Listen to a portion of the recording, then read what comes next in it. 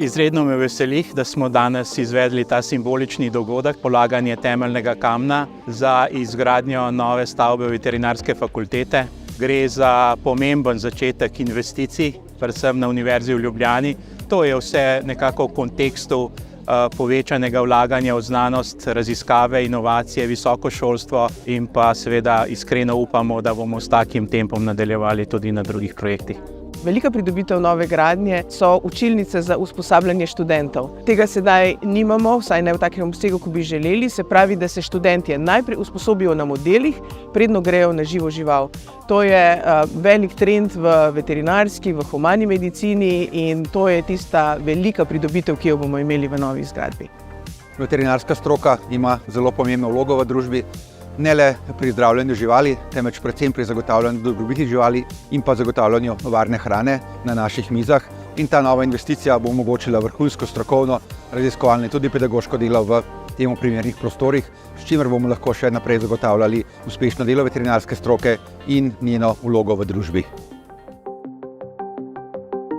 Postavitev temeljnega kamna novogradnje na Vazovem trgu pomeni začetek velikega razvojnega ciklusa medicinske fakultete, tako imenovanega projekta Trojni kampus, ki bo trajal več kot 10 let.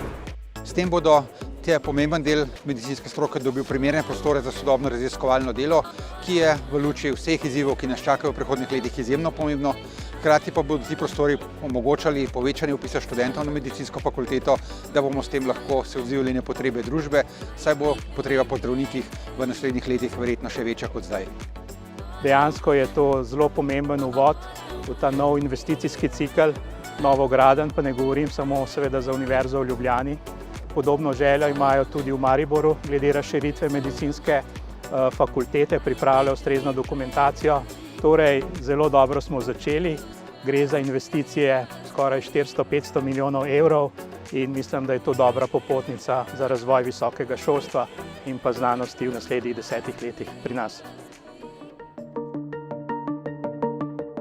Izredno sem vesel, da danes ponovno nekako obeležujemo nov investicijski cikel, odprtje nove stavbe Nacionalnega inštituta za biologijo.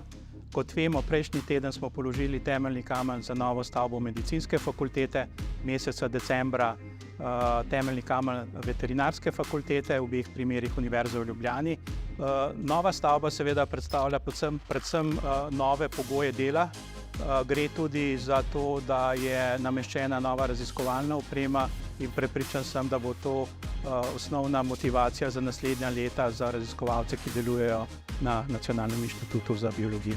To je velik napredek ne le za naš inštitut, ampak za znanost v Sloveniji in tudi širše. Področja, s katerimi se ukvarjamo, so izjemno pomembna za reševanje različnih težav trenutnega časa, od podnebnih sprememb do onesnaženja, pa seveda različne biotehnološke aplikacije, sistemska biologija in mnoge druge. Tako da se res veselimo te pridobitve in smo hvaležni za sredstva, ki smo jih pridobili od evropskih kohezijskih sredstev in Republike Slovenije.